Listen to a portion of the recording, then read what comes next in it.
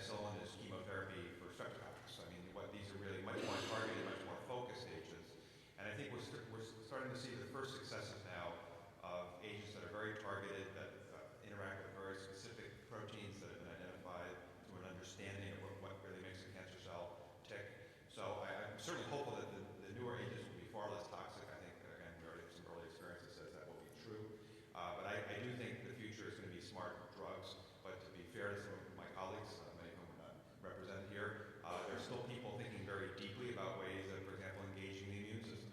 It's not an area I work on, but I'm hopeful that some very smart people are thinking about that approach. It gets back to what I was saying earlier.